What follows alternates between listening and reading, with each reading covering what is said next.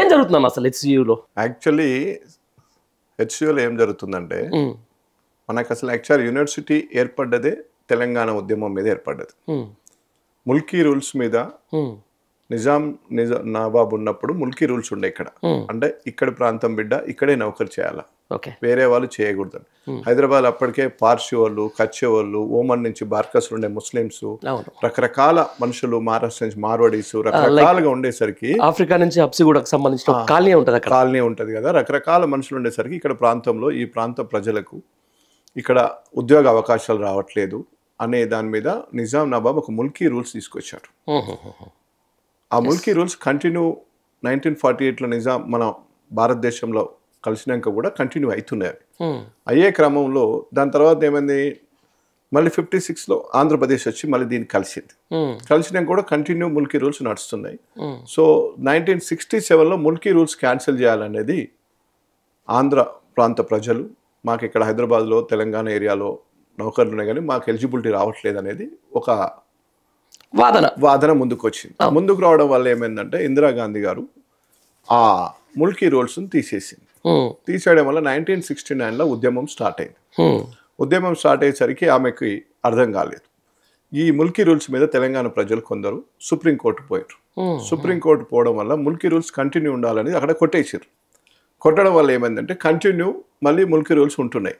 ఉండడం వల్ల ఆంధ్రప్రదేశ్లో జయాంధ్ర ఉద్యమం వచ్చింది. మేము విడిపోతాం, మాకు వద్దు ముల్కీ రూల్స్ ఉంటాయి. దాని కింద ఇందిరాగాంధీ గారు చొరవ తీసుకొని 6.5 ఫార్ములా అని ఒకటి తీసుకొచ్చి దీన్ని జోన్లుగా విభజించి ఈ విధంగా చేద్దామని ఒక ప్రపోజల్ తీసుకొచ్చి పెట్టి ఆ 6.5 ఫార్ములానే 4th పాయింట్లో హైదరాబాద్ యూనివర్సిటీ ఆఫ్ హైదరాబాద్ అని దాని పేరు. దానికి ఇక్కడ అలాట్ చేయడం జరిగింది. అప్పుడు పిల్లలు కూడా బాగా ఎడ్యుకేషన్ జరుగుతుండే. సపరేట్ ఆంధ్ర కావాలని వాళ్ళు, సపరేట్ తెలంగాణ కావాలని వీళ్ళు.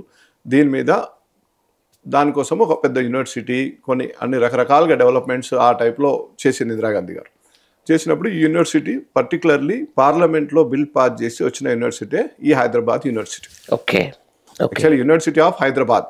దాని తర్వాత దానికి సెంట్రల్ యూనివర్సిటీ ఆఫ్ హైదరాబాద్ రెండు రకాలుగా పేర్లు వచ్చినాయి, పిలుస్తారు దాన్ని అట్లా. సో దాని ల్యాండ్ టోటల్ 2300 acres. అది ఎస్టాబ్లిష్ అయింది 1974లో. 1974లో ఎస్టాబ్లిష్ అయినప్పుడు 2300 ఎకరాలు ఉండే. ఆల్రెడీ ఫస్ట్ ఎస్టాబ్లిష్ చేసినప్పుడే దాని చుట్టూ కాంపౌండ్ వాల్ కట్టడం జరిగినది. కట్టినాక కచ్చా గచ్చిబౌలి విలేజ్లో అలాట్ చేసింది గవర్నమెంట్. అలాట్ చేసినప్పుడు కాంపౌండ్ వాల్ పెట్టిండ్రు, యూనివర్సిటీ నడుస్తున్నప్పుడు ఏమైందంటే రిజిస్ట్రేషన్ యూనివర్సిటీ పేరు మీద చేయలేదు. కస్టడీ అని అప్పటి నుంచి ఇప్పటి వరకు గవర్నమెంటే ఉంది, రికార్డులో గవర్నమెంట్ ఉంది. పానీలో కబ్జాల మాత్రం సెంట్రల్ గవర్నమెంట్ అని వస్తుంది. సెంట్రల్ గవర్నమెంట్ పానీలో వస్తుంది, ఇక్కడేమో ఇది ఉంది. సో దాని ప్రకారం ఏం చేసిండు ఈ గవర్నమెంట్ 1987 నుంచి 2010 వరకు ఒక 800 ఎకరాలు స్టార్ట్ చేసి అప్పుడే స్వాహా చేసేసారు. దాంట్లో చంద్రబాబు గారు కొంత గచ్చిబౌలి స్టేడియంకి, అక్కడ ఐఎస్బికి అండ్ టిఎన్జిఎస్ కాలనీకి ఇవన్నిటికీ అలాట్ చేయడం జరిగింది. అప్పుడే చంద్రబాబు గారి హయాంలో జరిగింది. దాని తర్వాత ఏం చేసిండంటే 2003లో ఒక 400 acres బిల్లీరావు అని ఒక కంపెనీకి ఇచ్చింది, ఐజేఎం కంపెనీ. ఈ మధ్యలో బాగా వింటున్నారు బిల్లీరావు. అసలు బిల్లీరావు అనేది అది యాక్చువల్లీ మనకు అంత పూర్తిగా తెలియదు కానీ ఈ ల్యాండ్కి సంబంధించిన కేసు స్టడీ చేసినప్పుడు మాత్రం బిల్లీరావుకు 400 ఎకరాలు అలాట్ చేయడం జరిగినది. బిల్లీరావుకు 400 ఎకరాలు అలాట్ చేస్తే 2003లో ఆపద్ధర్మ ముఖ్యమంత్రిగా ఉన్నప్పుడు చేసిన చంద్రబాబు గారు, అంటే దానికి ఎలక్షన్స్ ముందు పోయిన వారు. ఏ పర్పస్ బిల్లీరావు ఏ పర్పస్ అంటే హ్యాండ్రెడ్ అని వేరే కంట్రీ నుంచి తీసుకొచ్చి స్పోర్ట్స్ డెవలప్మెంట్ చేస్తాము, ఇక్కడ స్పోర్ట్స్ నడుస్తాయి అనేది ఒక క్లాస్ పెట్టి దాన్ని ల్యాండ్ కొట్టడానికి కోసం అదొక స్కీమ్. అది స్పోర్ట్స్ లేదు, బోట్స్ లేదు, ఏం లేదు, కోర్టులో అదే తేలింది. 2003 నుంచి అలాట్ చేస్తే ఆయన 2006 వరకు ఏం పని చేయలేదు. చేయపోయేసరికి రాజశేఖర రెడ్డి గారు కూడా అప్పుడే దుర్బిన్ పెట్టిండు, ఎక్కడెక్కడ అలాట్లు అయినాయి, ఎక్కడెక్కడ పోయినాయి, ఇక్కడ ఏముంది, ఎక్కడేం పోయింది. జనరల్గా ఏంటంటే వాళ్ళంతా అక్కడ గెలవడము, హైదరాబాద్కి రావడము, హైదరాబాద్లో నిజాం సంబంధించిన భూములు ఉండడం, ఎక్కడ ఏ భూమి చేయాలి, ఎక్కడ ఏం దుర్బిన్ పెట్టడం, దీని మీద చేసేది వాళ్ళు రియల్ ఎస్టేట్. ఆంధ్ర ప్రాంతం కానీ రాయలసీమ కానీ రియల్ ఎస్టేట్లో ఏ మాత్రం టచ్ ఉన్న వాళ్ళంతా ప్రతి చేసిందే ల్యాండ్ మీద. అంతే ముందు నుంచి కూడా హైదరాబాద్ నిజాం ల్యాండ్స్, హైదరాబాద్ సంబంధించిన తెలంగాణ ల్యాండ్స్ అంతే. ఎందుకంటే వాళ్ళకి అక్కడ ల్యాండ్ ఏమో ఒక రకంగా వైలిడ్ పాయింట్. ఇక్కడ ఏంటంటే ఇక్కడికి వచ్చినాక ఎక్కడ ల్యాండ్ ఉంది, ఎక్కడ 100 ఎకరాలు ఉన్నాయి, ఏం చేయొచ్చు అనేదే స్కీము. ఓకే, వాళ్ళు చేసేదే ఆ స్కీమ్ లో. ఈ సెంట్రల్ యూనివర్సిటీలో 400 ఎకరాలు బిల్లీరావుకు అలాట్ చేయడం జరిగింది. ఇక్కడ 400 ఎకరాలు మామిడిపల్లి శంషాబాద్ దగ్గర అక్కడ ఒక 400 ఎకరాలు అదే వ్యక్తి బిల్లీరావుకు చేసాక రాజశేఖర రెడ్డి గారు 2006లో వచ్చాక వారు కూడా అదే దుర్బిన్ లైన్ కదా, వారు కూడా అదే దుర్బిన్ లైన్ లో ఏం చేసిండ్రు, వారు ఈ బిల్లీరావు ఏం పని చేయలేదు కాబట్టి బిల్లీరావుకు నేను క్యాన్సిల్ చేస్తున్నాం అనేసి క్యాన్సిల్ చేశాను. క్యాన్సిల్ చేస్తే బిల్లీరావు ఏం చేసి 2006లో కోర్టుకు పోయాడు. అప్పటి నుంచి కోర్టులో నడుస్తూ వచ్చింది. 2006 నుంచి ఇది 6 నుంచి నడుస్తుంది. 2014లో కూడా కేసీఆర్ గారు దాన్ని బట్టి ఇంప్లిమెంట్ చేయడం జరిగింది. కోర్టులో ఇంప్లీడ్ అయిపోయింది. తెలంగాణ గవర్నమెంట్ ఇంప్లీడ్ అయింది. 2017లో కూడా TJICCని కూడా ఇంప్లీట్ చేయడం జరిగింది.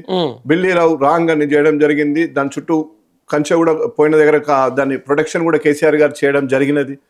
దాని తదనంతరం December 7th ఈ గవర్నమెంట్ వచ్చింది. 2024లో తీర్పు ఎప్పుడు వచ్చింది? మొన్న మార్చిలో తీర్పు వచ్చింది. డిసెంబర్, జనవరి, ఫిబ్రవరి, మార్చి 3 నెలలే తీర్పు వచ్చింది. అంటే దానికి సంబంధించిన లాయర్లు కానీ పెద్ద పెద్ద లాయర్లను పెట్టి కొట్లాడిచ్చి అంతా సెట్ చేసింది తెలంగాణ గవర్నమెంట్, కేసీఆర్ గారు. అప్పుడు మొత్తం అంతా సెట్ చేసినాక జస్ట్ 3 నెలల్లో ఫైనల్ తీర్పు టైంలో గవర్నమెంట్ చేంజ్ అయింది. గవర్నమెంట్ చేంజ్ అయినాక ఆ ల్యాండ్ గవర్నమెంట్ దే అని వచ్చేసింది. గవర్నమెంట్కి వచ్చినాక గవర్నమెంట్ అమ్ముకోమని కానీ గవర్నమెంట్ చేయమని ఎక్కడ లేదు. గవర్నమెంట్కి వచ్చిందంటే యూనివర్సిటీ కస్టడియన్, అది యూనివర్సిటీకి ఉండాల్సిందే. కాంపౌండ్ వాళ్ళ ఉంది, వాళ్ళదే ల్యాండ్ అది.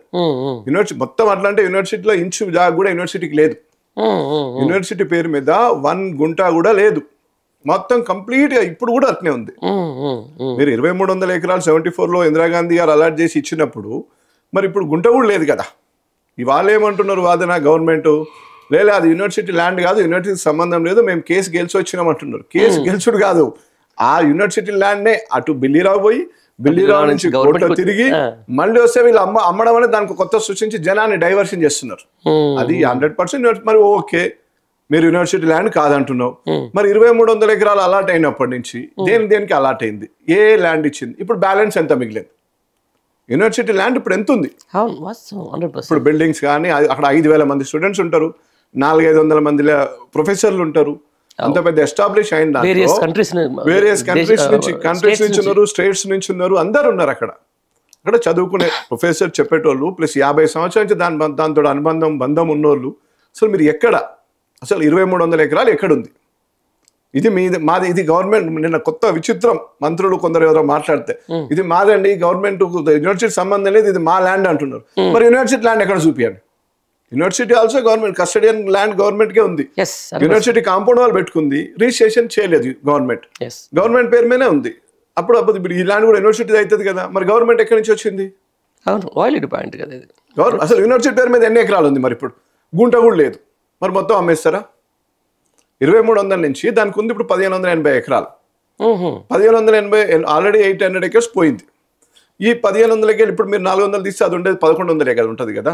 1100 యూనివర్సిటీ అంత పెద్ద, ఇంకొకటి పెద్ద దాంట్లో గ్రీన్ ఎన్వైరన్మెంట్ ఉంది, జింకలు ఉన్నాయి, ఈవెన్ దుప్పులు ఉన్నాయి, ప్లస్ తాంబేలు ఉన్నాయి, స్టార్ తాంబేలు ఉన్నాయి, రకరకాల పక్షులు ఉన్నాయి. బ్యూటిఫుల్ ఎన్వైరన్మెంట్ ఉంటుంది అక్కడ. దాని సరౌండింగ్ మొత్తం వెస్ట్ జోన్ బాగా పెరిగింది. వెస్ట్ జోన్ లో మీకు కోకాపేట, ఎవ్రీథింగ్ ఆ ఏరియా అంతా బాగా పెరిగినప్పుడు ఏమైందంటే కొంత లంగ్ స్పేస్ అయితే ఉండాలి కదా, 100% ఆక్సిజన్ లంగ్ స్పేస్ రావాలి కదా వాళ్ళందరికీ.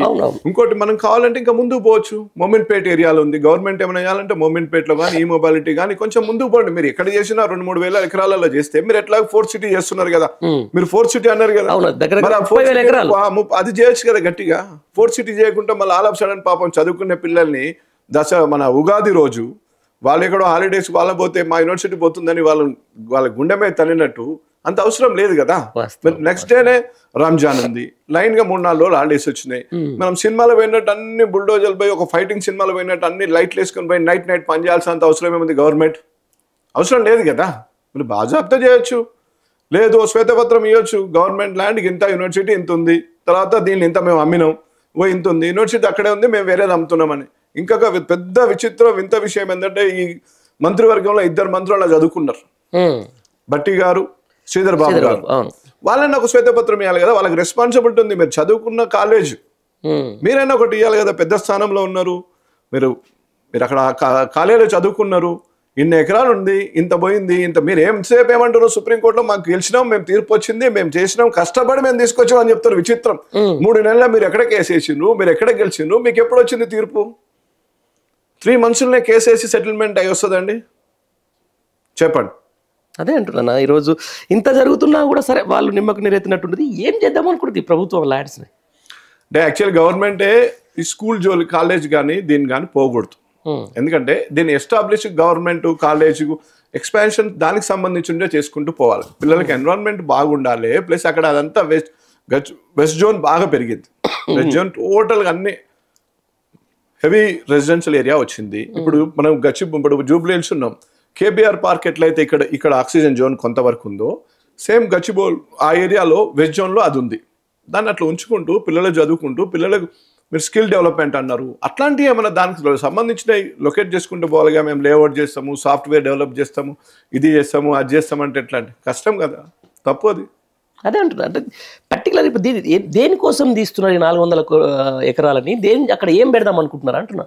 వాళ్ళు లేఅవుట్ చేద్దామని చెప్పింది కదా direct. Real estate okay, real estate చేయాలి ఇప్పుడు. రియల్ ఎస్టేట్ సాఫ్ట్వేర్ కంపెనీలకు దానికి చేద్దామని చెప్పారు.